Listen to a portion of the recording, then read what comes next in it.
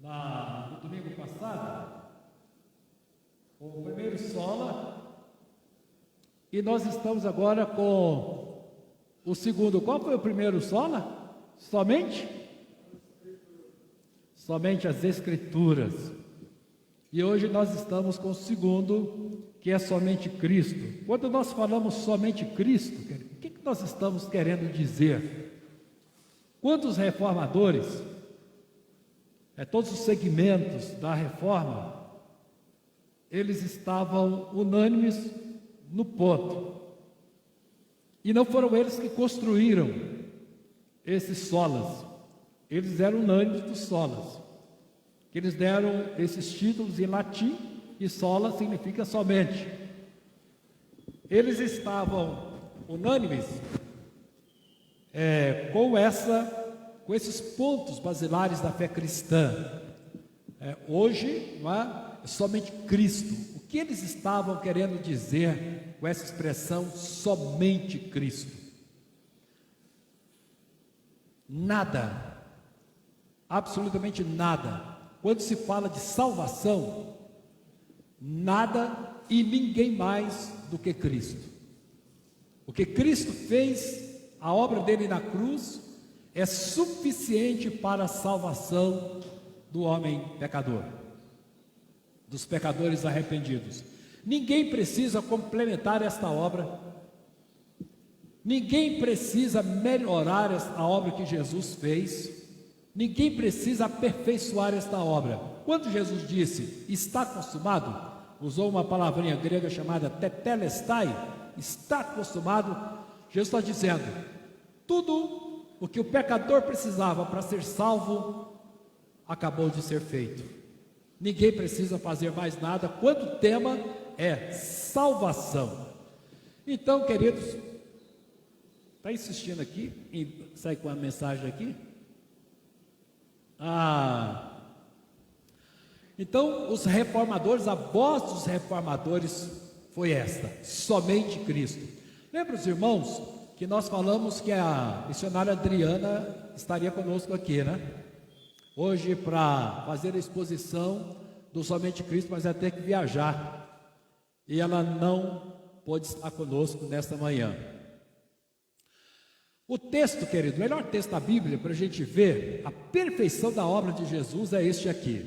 Eu vou fazer a leitura, porque eu vou fazer uma leitura rapidamente comentada. Diz assim: cuidado que ninguém vos venha enredar. Deixa eu pegar meu texto aqui, porque eu faço a leitura virado para os irmãos.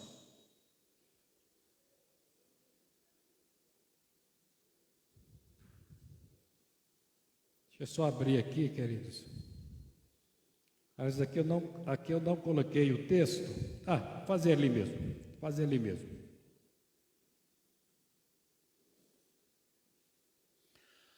Diz aqui mesmo. Cuidado que ninguém vos venha enredar com suas filosofias e vãs sutilezas, conforme a tradição dos homens, conforme os rudimentos do mundo, e não segundo Cristo, conforme Cristo. Isso aqui falando sobre todas as tradições judaicas. Porquanto nele, em Cristo, habita corporalmente no seu corpo toda a plenitude da divindade. Aqui começa o somente Cristo. Porque tudo que você pode pensar da divindade estava na pessoa de Cristo Jesus. E nós vamos falar já um pouquinho sobre essa questão da divindade que habitava no corpo de Jesus. A plenitude da divindade. E só corrigir, obrigado. Desculpa, meu Clayton, a referência é Colossenses capítulo 2, de 8 a 23. A referência é Colossenses 2, 8 a 23. Também nele, em Cristo, estáis aperfeiçoados. Quando se fala assim, aperfeiçoamento dos salvos, aperfeiçoamento da igreja, é nele, em Cristo. Fora dele, não se consegue nada. Nele estáis aperfeiçoados. Aqui o 11, nele fostes circuncidados, a verdadeira circuncisão. Ele é o cabeça de todo principado e potestade no mundo espiritual. Jesus é o chefe, se quiser chamar de chefe, Jesus é o chefão, Jesus é o grande chefe no mundo espiritual. de principados, potestades, espíritos dominadores, espíritos da maldade. Jesus é o cabeça. Então, no mundo espiritual, a voz é de Cristo. Não por intermédio de mãos, aqui anula qualquer ato humano, mas do despojamento do corpo da carne, que é a circuncisão de Cristo, tendo sido sepultados juntamente com ele no batismo, do qual igualmente no batismo de Cristo, dele, fostes ressuscitados mediante a fé no poder de Deus que o ressuscitou dentre os mortos. A centralidade de Jesus. Note que nós estamos falando, o texto fala sobre a centralidade de Jesus. E a vós outros que estáveis mortos pelas vossas transgressões e pela incircuncisão da vossa carne, uma pessoa morta não pode fazer nada, vos deu vida juntamente com ele. Esse juntamente com ele, nós recebemos vida nele, dentro de Jesus, vida só em Cristo. O texto está sublinhando a centralidade de Jesus. E a vós outros que estavam, perdoando todos os nossos pecados. Quando se fala sobre perdão de pecados, só nele. Esse juntamente com ele é uma íntima associação com Cristo, uma intimidade marcante com Jesus. Tendo cancelado o escrito de dívida, que era contra nós e que constava de ordenanças, o qual nos era prejudicial, removeu inteiramente, encravando na cruz. O sacrifício de Jesus foi suficiente para rasgar esse escrito de dívida, e Jesus o cravou na cruz. E despojando os principados e potestades, publicamente os expôs ao desprezo, triunfando deles na cruz. Olha aqui, o triunfo da igreja está na cruz de Cristo. Ninguém, pois, vos julgue por causa de comida e bebida, ou dia de festa, lua nova, ou sábados, que era o ritualismo judaico. Porque tudo isso tem sido sombra de coisas que haviam de vir, porém o corpo é de Cristo. Esse corpo é de Cristo, o cabeça é Cristo, tudo é Cristo. Ninguém se faça árbitro contra vós outros, pretextando humildade, culto dos anjos, baseando em visões, enfatuado sem motivo algum da sua mente carnal, e não retendo a cabeça, do qual todo o corpo, suprido e bem vinculado por suas juntas e ligamentos, cresce o crescimento que procede de Deus. Se morrestes com Cristo, novamente a centralidade, para os redimentos do mundo, por quê? Como se vivesseis no mundo, vos sujeitais a ordenanças. Não manuseis isto, não proves aquilo, não toques daquilo outro, segundo os preceitos e doutrinas dos homens. A tradição judaica. Pois que todas essas coisas com uso se destroem. Tais coisas com efeito têm aparência de sabedoria, como culto de si mesmo, e de falsa humildade e de rigor ascético. Todavia, não tem valor algum contra a sensualidade. Bom, queridos, quando nós falamos a pergunta o que é solos Cristo, o que nós queremos dizer, o que a igreja quer dizer quando fala assim, somente Jesus, somente Jesus, somente Jesus, nada além de Jesus, tudo é Jesus. Quando a igreja insiste nessa fala, que a nossa vida está centralizada em Cristo Jesus, nós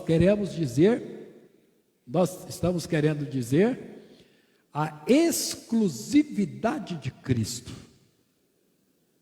quando o tema é nossa salvação, é a nossa vida. Mas falar em exclusividade de Cristo, nós estamos falando, queridos, que Jesus foi o perfeito mediador entre Deus e os homens. Por quê? Jesus foi o perfeito mediador e só Jesus podia fazer isso.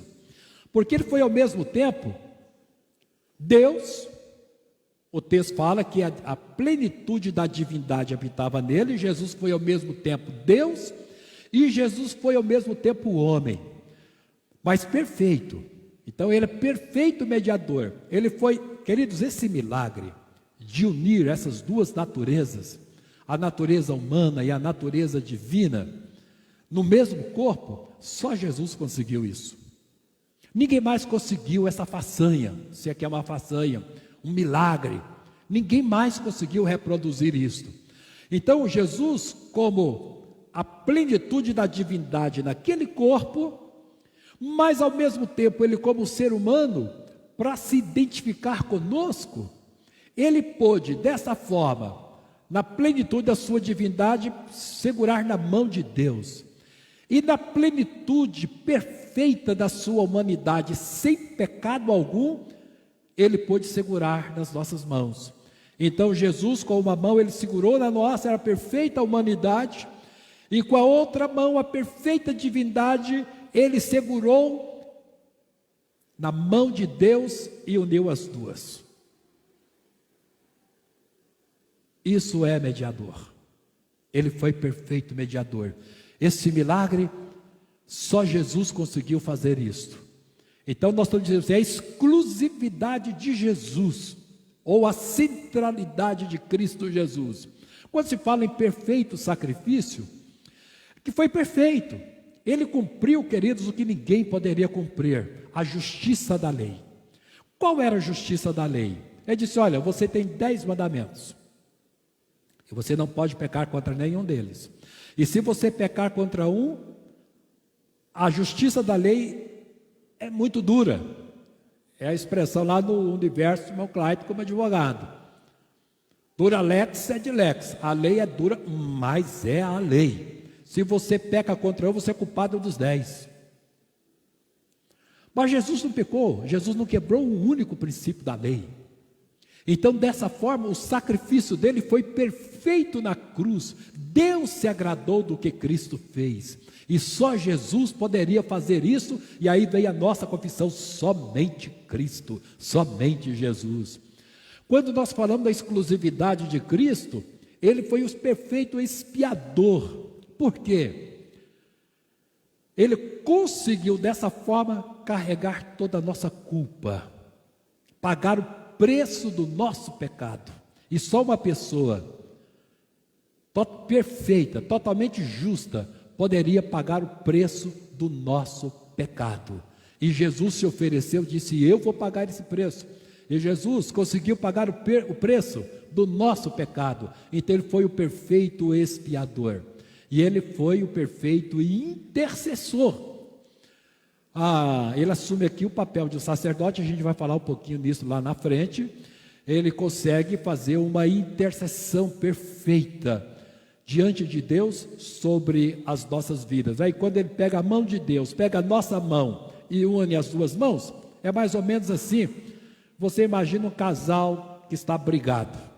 Um não olha para a cara do outro, um não conversa com o outro, um não tem comunhão com o outro, e um não quer se aproximar do outro. Mas você com muito jeito, vai lá, conversa com um, conversa com o outro, e você começa a remover aquela inimizade que está dentro do coração, e você pega a mão da esposa, você pega a mão do esposo, vocês são uma só carne, vem cá, vamos começar esse negócio de novo, vamos acertar esse negócio. E de repente a inimizade acaba e os dois voltam aí ao seu primeiro amor, essa paixão inicial. Foi o que Cristo fez, queridos. Foi o que Cristo fez quando ele segurou a mão de Deus, a nossa mão, e disse assim, agora pronto, estão reconciliados, aqui não tem inimizade, aqui não tem distanciamento. Então Jesus, ele tem que fazer esse papel de intercessor, de suplicar, de interceder diante de Deus por nós. E até hoje, Jesus executa esse papel de intercessor. Muito bem. Então, queridos, dessa forma, e a gente precisa processar bem isso, porque de repente, pode ser que a igreja evangélica precisa de uma nova reforma protestante. Pode ser que nós, da nossa religiosidade, é possível, queridos, que nós, em conceitos de justiça, de que somos perfeitos, de que somos bons, pode ser que a gente esteja nos afastando dessa centralidade de Cristo.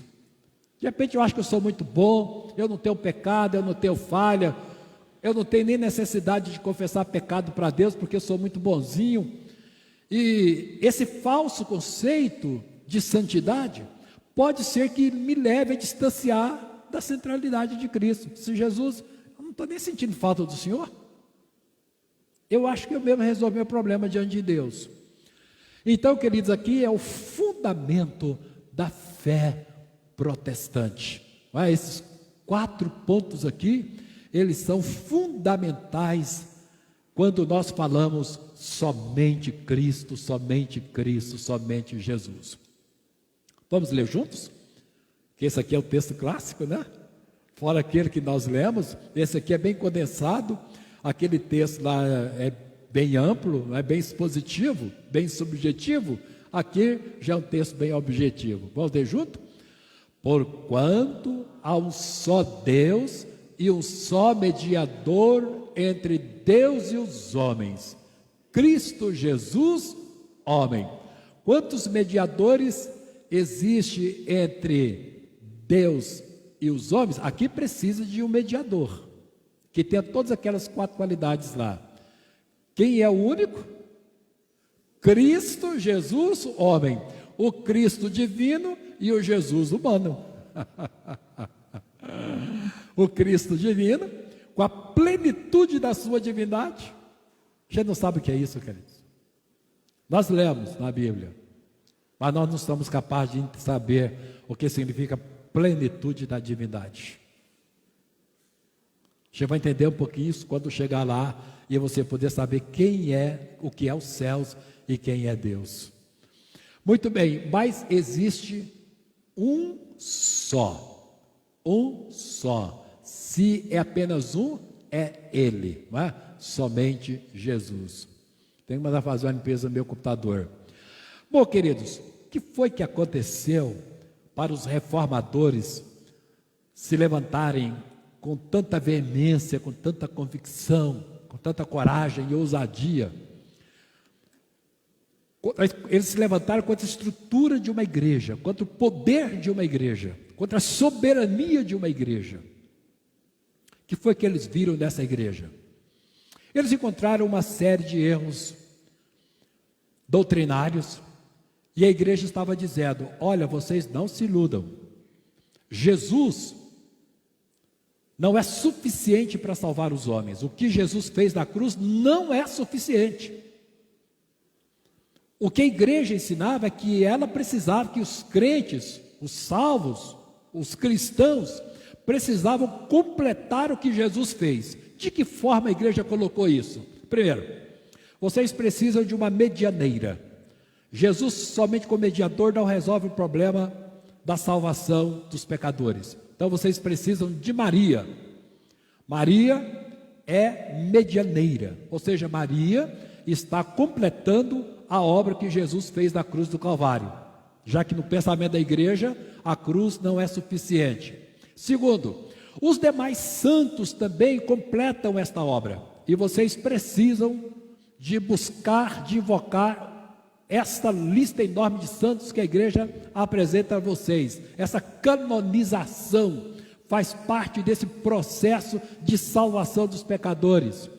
Outra coisa, a supremacia do Papa, já que o Papa, ele pode perdoar pecados, e vocês precisam do Papa para receber o perdão dos pecados. E uma das 95 teses de Lutero atinge exatamente esse ponto, da supremacia do Papa. E Lutero, numa das suas teses, ele diz: se o Papa pode perdoar pecado, por que não faz de graça? Tem que vender perdão. Aí vem as indulgências. As indulgências é uma outra forma para dizer que a obra de Jesus não era suficiente, e que as pessoas podiam comprar da igreja o perdão, e a igreja teria autoridade para vender o perdão. Aí a ira de Lutero se acendeu ao máximo com respeito às indulgências, tá? Venda, é um absurdo que a igreja chegou de vender perdão. E se a igreja tem poder para isso, então por que não distribui de graça em vez de vender? Outra questão é as penitências. As penitências são importantes para as pessoas completarem o que Jesus fez na cruz. Se vocês não fizerem penitência, vocês não vão chegar aos céus. O outro ponto escandaloso o purgatório. As pessoas morrem, vão para o purgatório e mais uma vez precisa da igreja para os sacrifícios e para tirar essa alma do purgatório, essa alma que está gemendo no purgatório. E a ideia, a crítica é exatamente essa: cada vez que uma moeda tilintava no fundo do cofre, uma alma saía do purgatório. É só a moedinha tilintar no fundo do cofre e uma alma está saindo do purgatório. Então, queridos, olha, se Deus não precisava dar umas chicotadas nessa igreja, derrubar essa igreja e levantar a verdadeira igreja com a voz dos reformadores. São desvios. A igreja se distanciou de Jesus. É como até se ele estivesse dizendo: olha, nós não precisamos da mensagem da cruz. Maria, o Papa, as penitências, os santos, purgatório, tudo isso resolve o problema do pecador. Mas isso serve de reflexão para nós, queridos. Porque no nosso cristianismo, esse cristianismo desse mundo pós-moderno, daqui a pouquinho a gente vai tocar nesse assunto, mas me permita só fazer uma referência. O que tem hoje na nossa prática cristã, que ao invés de nos colocar, trazer Jesus, ou nos levar para o centro de Jesus, ou trazer Jesus para o centro da nossa vida, de repente pode ser que nós estejamos nos afastando de Jesus, e até achando que nós somos muito bons, nós somos santos, e pode ser que eu cometa o ledo engano de momentaneamente achar que nem preciso de Jesus, porque as minhas virtudes resolvem os meus problemas. Não é errado pensar, devemos ter todas essas virtudes, mas, queridos, centralizadas em Jesus. Jesus, a gente tem que respirar 24 horas por dia. Então, com base nisso, nós temos algo para afirmar, para reafirmar o tempo todo, e nós temos algo para negar. O que nós precisamos reafirmar com esse conceito sobre somente Jesus, solos Cristos, com esse conceito da centralidade de Cristo, da exclusividade de Cristo? O que nós precisamos reafirmar? Vamos juntos?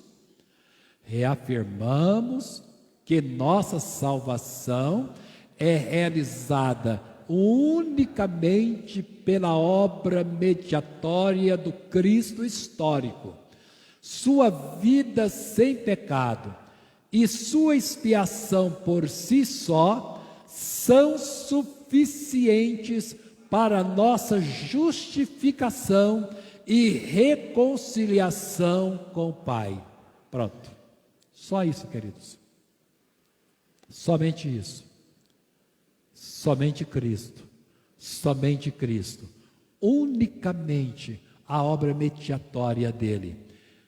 A sua vida sem pecado, a sua expiação, são suficientes, não é? E não precisa de nada mais, são suficientes. O que é que nós negamos quando nós afirmamos somente Cristo na nossa vida? Nós estamos automaticamente negando o quê? Vamos juntos? Negamos que o Evangelho esteja sendo pregado se a obra substitutiva de Cristo não estiver sendo declarada e a fé em Cristo e sua obra não estiver sendo invocada. Aí nós negamos. Se você tirar Jesus, nós negamos. Não é a fé evangélica, não é a fé cristã, não é o programa redentor de Deus. Bom, nós trazemos aqui, queridos, 3 testemunhos de 3 reformadores. 3 testemunhos. Primeiro foi o cabeça da reforma, Martinho Lutero, o líder da reforma, protegido da rainha. Ele disse que Jesus Cristo é o centro e a circunferência da Bíblia. E é verdade.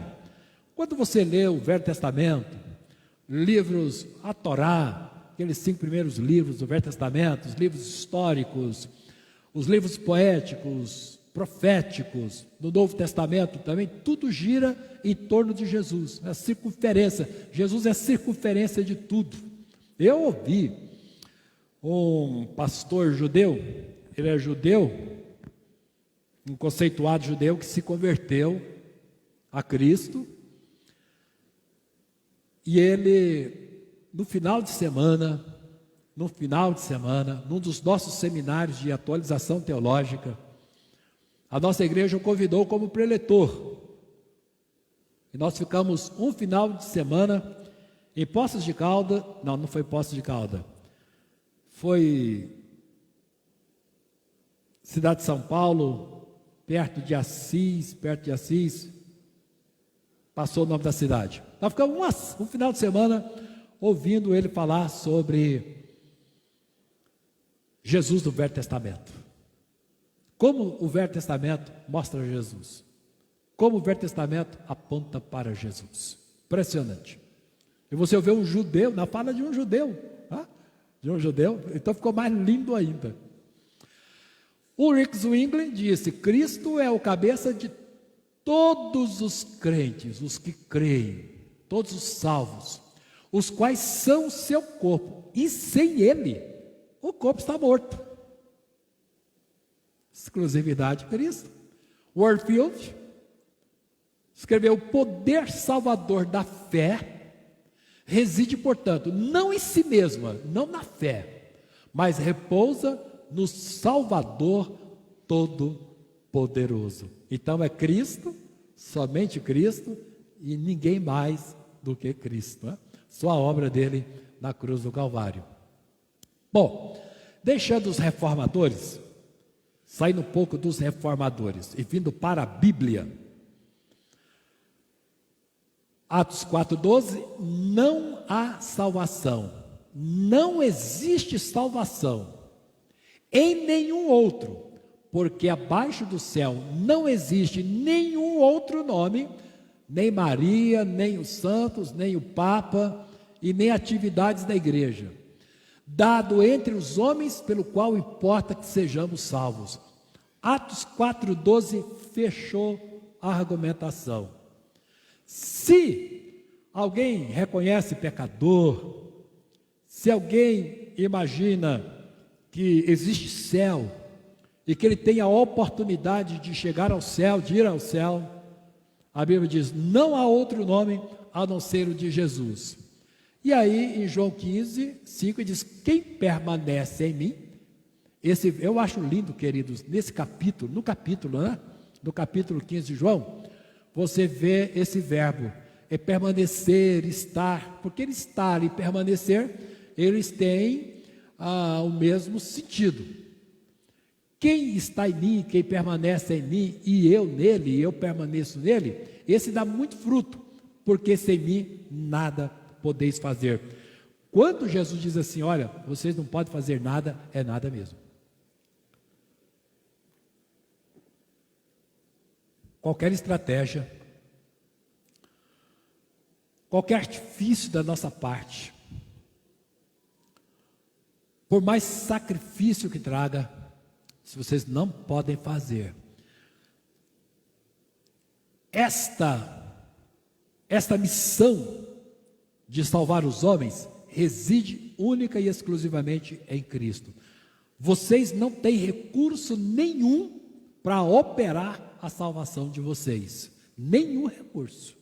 Nós não temos. Por mais religiosos que sejamos, e por mais convicção que a gente tenha desse mundo de pecado, você não tem expediente nenhum para operar a sua salvação.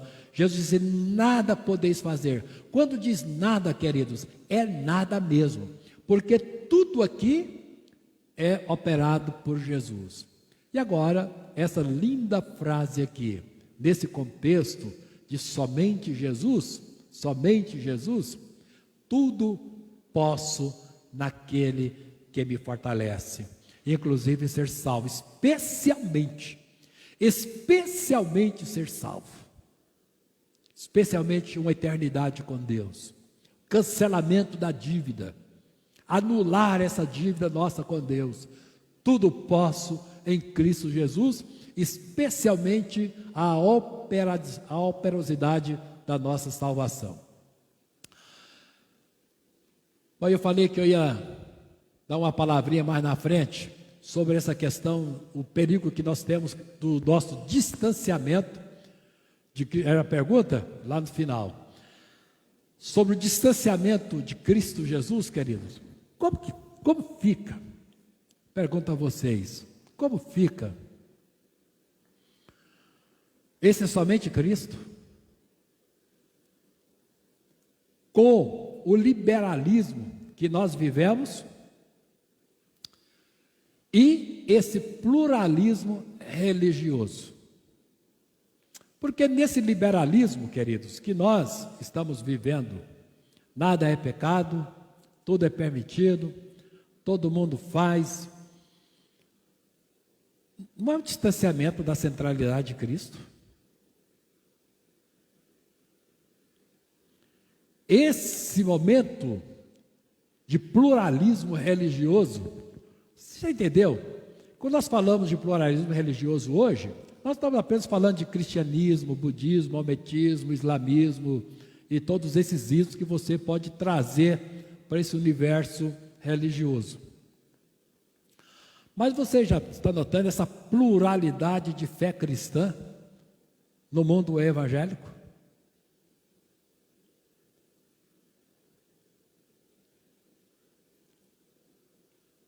Hoje eu entendo que é um desafio você viajar pelo Brasil e assistir culto em todos os segmentos evangélicos. Pode ser que você saia mais confuso do que quando você entrou. E de repente você não consiga processar a sua fé cristã. Nós temos hoje segmentos evangélicos que não se fala em Jesus. Não se fala em Jesus. Batemos muito na Igreja Universal, quando ela surgiu, porque Universal era só expulsão de demônios e oferta, expulsão de demônios e oferta. E quando perguntaram para os pastores se podia colocar a Igreja Universal como sendo uma denominação evangélica, todos levantaram. Isso é uma seita. Isso é uma seita. Jesus não ocupa o centro da sua pregação. Jesus não ocupa o centro das suas reuniões. Jesus não ocupa o centro das suas celebrações. Então, todos batiam pesado na Igreja Universal, até que ela mudou, né? Até que ela mudou a sua pregação. Hoje parece que fala insistentemente em Jesus, mas não se falava em Cristo. E nós temos, irmãos, muitos segmentos evangélicos hoje, que eles cantam, pulam, dançam, pregam, falam sobre aspectos da vida cristã, você precisa estar bem com você, mais um culto de ajuda pessoal, e eles vão nessa direção. A gente pergunta o seguinte: será que nós não estamos nos afastando da centralidade de Cristo? Não é uma forma de se afastar dessa mensagem? Não estamos distanciando do ponto central da fé cristã, que é Cristo? Na nossa vida cristã, queridos, ao longo da nossa vida, nós não alcançamos nada sem Jesus. Então, todos nós aqui, que temos oportunidade de vir à frente, você pode fazer qualquer coisa aqui, menos deixar de falar de Jesus. E se você falar de Jesus e voltar para Cristo, você exclui muitas coisas. Deixa eu trazer essa frase do Niebuhr, que é um dos escritores bons que temos hoje, numa das suas famosas frases, a respeito desse liberalismo que vivemos hoje. Então eu quero dizer o seguinte, que as igrejas pós-modernas, essas igrejas, muitas delas ditas neopentecostais, essas igrejas que o negócio delas é o número de pessoas. Elas querem o número de pessoas. mas não está muito interessado com outros aspectos, não é? A questão dela é o número de gente. Proclamam e adoram um Deus sem ira. E note, queridos, que quem aplacou a ira de Deus foi a cruz. Quando Jesus cumpriu a justiça da lei, ele disse: Deus, eu cumpri a justiça da lei, tudo que a lei exigia do pecador eu cumpri. Agora essa ira tem que ser removida. O qual trouxe uma mensagem que homem sem pecado, você não tem mais pecado para confessar, você não precisa se arrepender. Arrepender do quê? Um reino sem julgamento. Deus não é mais juiz, Cristo não é mais pacificador, por meio de ministrações de um Cristo sem a cruz. Então, quando nós, queridos, paramos diante da mensagem da Bíblia, e você vê um Deus que não ira mais, cada um pode viver do seu jeito, sem problema nenhum, você está em paz com Deus. Você pode se envolver com uma vida mais pregressa, você está em paz, está tudo bem com você, porque Deus não se ira mais. Você hoje pode se converter sem precisar se arrepender, sem precisar confessar pecado. Confissão de pecado é um retrocesso, que nenhuma psicologia poderia respaldar. É trazer culpa para o homem interior. E, de repente, a cruz não tem mais significado. A cruz não tem mais sentido. Então, a pergunta que fazemos hoje é o seguinte: será, queridos, que nós não estamos precisando de trazer os reformadores de volta? Assim, Deus, por favor, Deus, traga Lutero de volta, traga Melanchthon de volta, traga Zwinglio de volta, traga Calvino de volta, traga os reformadores de volta, Senhor, porque Jesus não é mais a nossa exclusividade, Jesus não é mais a centralidade da nossa fé,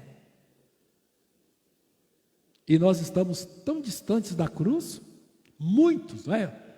Não vou dizer assim em tese, né? Não estou falando em tese, pode ser que o cristianismo hoje seja um cristianismo sem a cruz, em muitos segmentos evangélicos. A gente precisa ter cuidado, queridos. Prosperidade é muito bom, vai bem. Olha, queridos, você ter para ajudar outras pessoas, você ter para você, especialmente para ajudar outras pessoas, que benção. Eu acho que quem tem um coração liberal, é um privilégio, queridos, é um privilégio. Mas prosperidade não pode ser o foco nosso. Uma vida tão passageira, tão rapidamente passa tudo e tem uma eternidade pela frente. Então, isto aqui é somente Cristo. E nós precisamos ter um senso crítico para saber onde está o nosso cristianismo.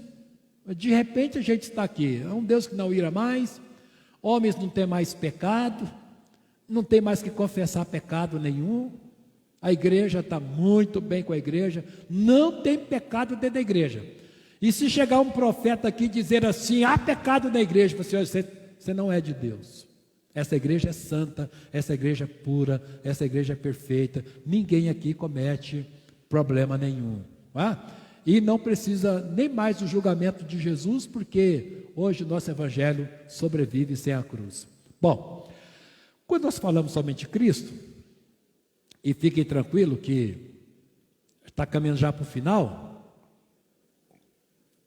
mas quando nós falamos, queridos, somente Cristo, nós estamos falando três coisas básicas, além daquelas fundamentais, da fundamental que falamos aqui, que é a mediação de Cristo, a expiação feita por Cristo, a intercessão feita por Cristo, toda a sua obra na cruz. Mas nós falamos ainda sobre Jesus como profeta, ele é o único profeta, Jesus como sacerdote, ele é o único sacerdote, e Jesus como rei, ele é o único rei. Por isto, somente Cristo. Nesses 3 ofícios de profeta, de sacerdote e de rei. Não tem outro. Não tem outro. Não tem outro. Quando nós falamos, quando os pastores falam, quando você entende pela Bíblia, que essa foi a última aliança de Deus com os homens e que não haverá outra aliança. Analisando todas as alianças que nós encontramos no Velho Testamento, desde a de inocência lá no Jardim do Éden, né? A aliança da inocência, e pegando a aliança com Adão, a aliança com Abraão, a aliança com Moisés, pegando todas essas alianças que Deus vem fazendo ao longo da história do Velho Testamento, nessa história de 6.000 anos, 5.000 anos, 6.000 anos, esta foi a última aliança. Não haverá outra aliança de Deus com os homens. Não haverá. Esta foi a última. Muito bem. Então Jesus, nesta aliança, ele assume o papel profeta. Deuteronômio 18, o Senhor teu Deus te suscitará um profeta no meio de ti, de teus irmãos, semelhante a mim, a Moisés, a ele ouvirás. Então Deus levantaria, suscitaria um profeta no meio de Israel. Quando foi historicamente que isso aconteceu, queridos? Há 2.000 anos atrás. Esse profeta chegou. E aí, o texto de Mateus 17, 5, não é importante. Falava ele ainda, Jesus ainda falava. Quando uma nuvem luminosa os envolveu lá no Monte da Transfiguração, e eis, vindo da nuvem, uma voz que dizia: este é o meu Filho amado, em quem me comprazo, a ele ouvi. Então, se alguém precisa de um profeta para ouvir, e nós gostamos de ouvir profeta, especialmente o profeta, porque é o único, esse artigo aqui é um artigo singular, não é? Singular, é a singularidade de Jesus. Tem uma coisa, queridos, difícil das nações entenderem. Quando nós falamos sobre a unicidade de Jesus. Quando nós falamos em missões transculturais, sobre a unicidade de Jesus, sabe o que representa? Vou pegar você como missionário. E Deus te deu asas de águia para você voar todas as nações. Na América do Sul, Jesus é o único Salvador. A América Central do Norte, Jesus é o único Salvador. Qualquer país europeu que você for, Jesus é o único Salvador. Em todos os países da África, Jesus é o único Salvador. No Oriente Médio, Jesus é o único Salvador. Na Ásia, em todos os países da Ásia, Jesus é o único Salvador. Você vai voar para todas as ilhas perdidas do planeta Terra. Jesus é o único Salvador. Se você, como missionário das nações, ouvir alguém querendo ouvir um outro profeta que não seja Jesus, ele está ouvindo um falso profeta. Você sabe que isso é complicado? Sabia, meu claro, que isso é complicado? Digerir? As nações digerirem isso? É a unicidade de Jesus. Fora de Jesus, ninguém pode ser salvo. Nem no Brasil, nem no Japão, nem nos países islâmicos, nem nos países primitivistas da África, que adora demônios, invoca demônios. Na Europa, com todo o seu ouro e a sua prata, ninguém pode ser salvo sem Jesus. A esperança de salvação é Cristo. Aí você diz assim: pastor, que coisa, hein? Que coisa louca. Não, coisa bendita, não é? A ele ouvir. Deus não tem um segundo profeta na terra. Deus não tem. O único profeta que Deus tem na terra é Jesus. Você viu a minha responsabilidade, queridos? Você entende a grandeza da sua responsabilidade? Vocês lembram que eu já repeti aqui uma frase algumas vezes, que nós sustentamos um pastor na Índia. Qual é o nome dele? Rajendra, pastor Rajendra. Mas a nossa igreja, querido Deus, pode levantar a nossa igreja para sustentar mais pastores fora. Se vocês mandar qualquer pastor para a Índia, o preço é lá nas alturas. Mas para eles que moram lá, que falam a língua, que vivem a liberdade deles, têm uma experiência com Jesus, a realidade é outra. Às vezes basta você dar uma bicicleta para eles. Tem pastores lá que só quer uma bicicleta para correr as aldeias, os povos e pregar Jesus. Você, com R$1.000, R$1.500, você coloca um veículo de luxo na mão de um pastor daqueles lá. Entendeu? Somente Cristo, o sacerdote. Jesus é o sacerdote. Qual a missão do sacerdote, queridos? Interceder. Então, quando nós falamos lá naqueles 4 pontos sobre, para entender somente Cristo, você olha, sobre a mediação a gente vai falar um pouquinho depois. Chegou aqui, Jesus como sacerdote. Por meio da obediência de um só, muitos se tornarão justos. Então, por quê? Porque ele fez a nossa mediação diante de Deus. A obediência de Jesus hoje é a minha obediência. A obediência de Jesus hoje é a sua obediência. Perfeita diante de Deus. Nós, quando inimigos, fomos reconciliados com Deus mediante a morte de seu Filho. A palavra é reconciliação. Quem fez isso? Jesus. E esse texto que nós amamos tanto? Quem os condenará? É Cristo Jesus quem morreu? Ou antes, quem ressuscitou? Morte e ressurreição? O qual está à direita de Deus e também intercede. O papel do sacerdote é a intercessão. Filhinhos meus, essas coisas vos escrevo para que não pequeis. Se todavia alguém pecar, temos advogado junto ao Pai, esse nunca perdeu causa nenhuma. Jesus Cristo, o justo. Você já ouviu alguém falar alguma vez?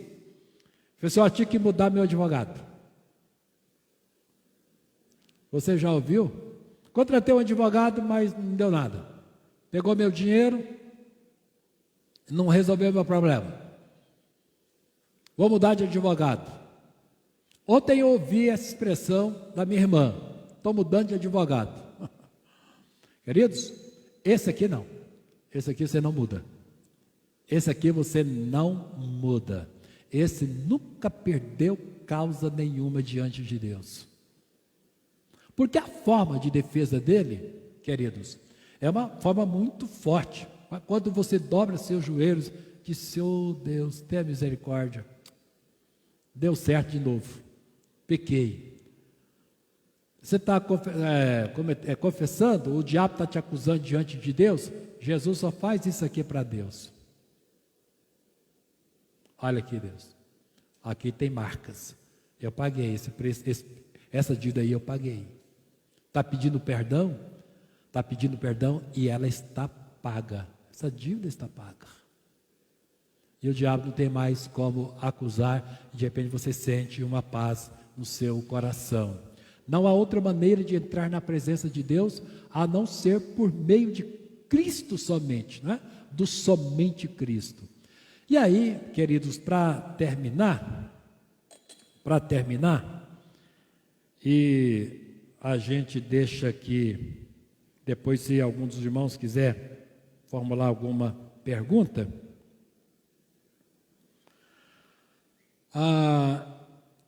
o rei, ele reinará para sempre sobre a casa de Jacó e o seu reinado não terá fim. Queridos, o que é isso aqui? O reinado eterno de Jesus, o que é isso aqui? Ele reinará conosco para sempre. E esse reinado não vai ter fim. É a nossa eternidade com Deus. A nossa eternidade. Reinar com Cristo Também nem imagino como vai ser isso. Se fosse para reinar lá com John Biden, se fosse aqui com Bolsonaro, eu saberia dizer para você, olha, Bolsonaro está nos chamando aqui para reinar com ele. Então ele vai pegar todos nós aqui e fazer de cada um de nós participantes do seu primeiro escalão. Acho que não é nem segundo escalão não, que para reinar tem que ser no primeiro escalão, né? Todo dia a gente senta com ele, todo dia toma café junto, todo dia almoça junto, não é? Viaja com ele pelas nações. Então, queridos, reinar é isso. E o que é que o texto está dizendo? Que ele reinará eternamente, mas ele vai reinar com a igreja. Agora vamos lá para Apocalipse, sair de Lucas, que é o nascimento de Jesus, a mensagem sobre o nascimento de Cristo, e vamos lá para Apocalipse. O sétimo anjo tocou a trombeta e houve no céu grandes vozes, dizendo: o reino do mundo se tornou de nosso Senhor e do seu Cristo, e ele reinará pelos séculos dos séculos. Pelos séculos dos séculos. O seu reinado não tem fim. Bom, eu quero terminar a minha fala nessa manhã com a voz de Calvino. Grande reformador Calvino. Calvino, queridos. Por que a turma fala tanto em Calvino? Eu não gosto muito da expressão calvinista, porque quando a gente fala assim sobre calvinista, é da ideia que são os presbiterianos, porque foi Calvino quem trouxe o governo presbiteriano, os presbíteros docentes e os presbíteros regentes. Então ele que trouxe o governo da nossa igreja, é um governo presbiteriano, dos presbíteros. Vai ter que entender o presbítero docente e o presbítero regente na fala de Calvino. Então, foi Calvino era a maior mente da reforma protestante. Foi uma das grandes mentes. Lutero não era essa mente tão brilhante assim. Ele era protegido do palácio, do império. Então ele tinha condições de bater de frente com o peso da estrutura católica e todos os demais. Mas você sabe quem foi a voz de Lutero? Um erudito chamado Melancton. Melancton era o maior exegeta da Bíblia daquela época e conhecia todos os originais, hebraico, grego, aramaico, ele dominava. Então Melancton praticamente era a voz oculta de Martinho Lutero. Mas dos reformadores, a voz dos reformadores era Calvino. Foi Calvino que deu forma ao pensamento reformado. Foi Calvino que estruturou o pensamento da reforma, em razão da sua inteligência, do seu preparo. Aí foi ele que deu origem à igreja presbiteriana. Trabalhando lá no sul da Genebra, no sul da França e em Genebra, foi os dois pontos, né, do ministério pastoral de Calvino, e aí ele escreveu as instituições, né, da fé reformada. Está disponível aí, é uma obra para você ler, as Institutas de João Calvino. Se você ler as Institutas de João Calvino, você vai entender tudo que a gente está falando. Então, o que foi que João Calvino escreveu? E eu quero terminar aqui essa exposição com a fala dele. Nós podemos passar pacientemente por esta vida, com sua miséria, frieza, desprezo, injúrias e outros problemas, satisfeitos com uma coisa: que o nosso Rei nunca nos deixará desamparados, mas suprirá as nossas necessidades, até que, ao terminar da nossa luta, sejamos chamados para o triunfo. Ele é o Rei. Ele é o Rei. E vai chegar o momento que Jesus vai nos chamar para o triunfo. E Ele vai dizer: vinde, benditos de meu Pai, e possuí o reino que vos está preparado desde a fundação do mundo. E aí, queridos, é que a gente vai perder a memória. Se não fosse Isaías capítulo 66, versículo 17, Novos céus e nova terra, e não haverá lembrança das coisas passadas. O que é que o profeta Isaías está dizendo? Lá no capítulo 66, versículo 17, que Deus vai sacar nossa memória. A gente vai perder o registro histórico. Você vai perder a memória curta e a longa, você vai perder tudo. Porque não dá para você ir para o céu levando lembrança da terra, né, queridos? Por melhor que seja, você vai estragar o céu. Então é bom Deus arrancar essa memória. E o profeta Isaías está dizendo que Deus vai arrancar a nossa memória. E aí Jesus disse: vinde, benditos de meu Pai, e possuí o reino que vos está preparado desde a fundação do mundo. E aí, a gente termina falando o que, queridos? Vamos falar junto? Solos Cristos. Bem bonito. Solos Cristos. Quando nós falamos solos Cristos, nós estamos falando o quê? Você entendeu? Porque somente Cristo. A importância do segundo ponto da reforma protestante